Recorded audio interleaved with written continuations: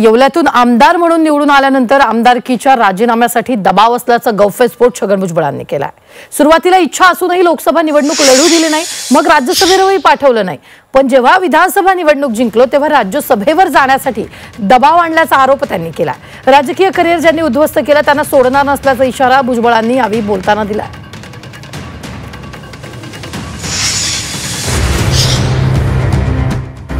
भुजबळांच्या आमदारकीच्या राजीनाम्यासाठी पक्षातून दबाव।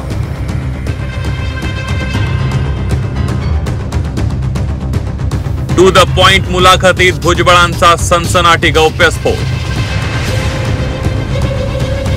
भुजबळांचं राजकीय करिअर कुणाला संपवायचं होतं?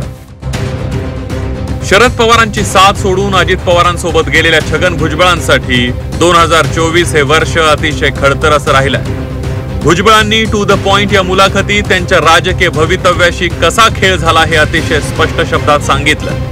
2024च्या लोकसभा निवडणुकीसाठी सुरुवातीला छगन भुजबळ यांचं नाव निश्चित करण्यात आलं। भुजबळांनी लोकसभा निवडणुकीची तयारीही केली, पण आयत्या वेळेला त्यांची उमेदवारी कापण्यात आली। राज्यसभेची 2 वेळा संधी होती, त्यावेळीही त्यांना राज्यसभा नाकारण्यात आल्याचं भुजबळांनी सांगितलं।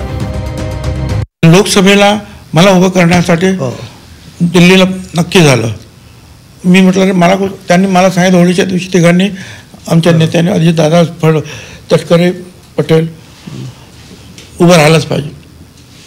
गेलो, तयारीला लागलो, चांगलं अवतारण तयार झालं, पण 1 महिना माझं नाव जाहीर नाही केलं। आणि मग मी म्हटलं नाही, हा आता आपला इव्हॅल्युएशन चाललं आहे आपलं। मी म्हटलं मी नाही लढत, आता काय करायचं करा। सगळ्यांची नावं झाली। बरं, मग राज्यसभा आले, तर राज्यसभेवर त्यावेळेला सुनेत्रा तरी पडल्या होत्या।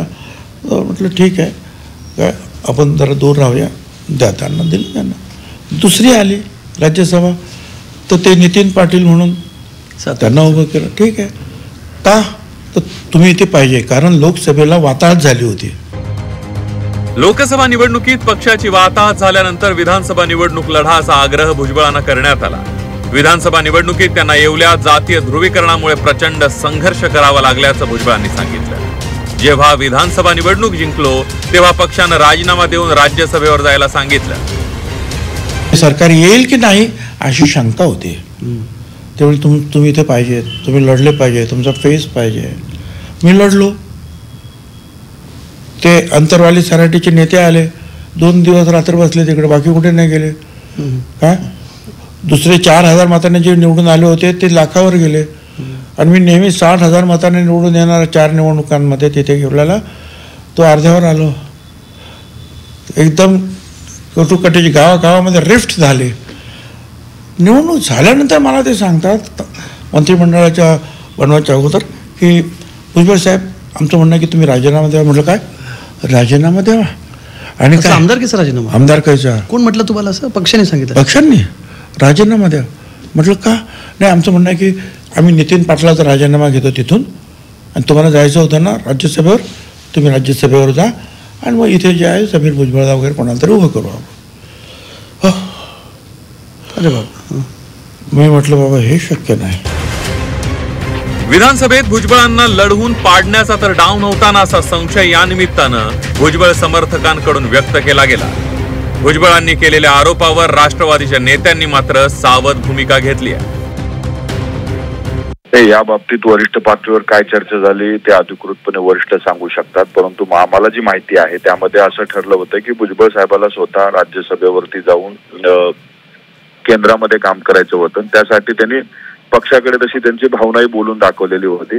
त्यानंतर पक्षाने त्यांना लोकसभेमध्ये तिकिटासाठी प्रयत्न केला, पण महायुतीमध्ये नाशिकची जागा ही शिंदे गटाला सुटली। त्यावेळेस भुजबळ साहेब स्वतःहून म्हणाले की मला निवडणूक तिथे लढण्याची इच्छा नाही, मग त्यांनी राज्यसभेवर जाण्याची इच्छा व्यक्त केली। मग वरिष्ठ पातळीवर ते कधी राज्यसभेवर जाणार, का विधानसभेच्या आधी जाणार, नंतर जाणार, ही चर्चा त्या वरिष्ठ पातळीवर झालेल्या, त्या बाबतीत वरिष्ठच सांगू शकतात। छगन भुजबळ मंत्रिमंडळात परतले, त्यांचा राजकीय आवेश, तोच जोश भुजबळांमध्ये संचारला। त्यामुळे आमदारकीचा राजीनामा मागून राजकीय भवितव्य अंधारात लोटू पाहणाऱ्या पक्षातील त्या नेत्यांचं आता काही खरं नाही असं सांगितलं जाऊ लागलंय। ब्युरो रिपोर्ट, झी 24 तास।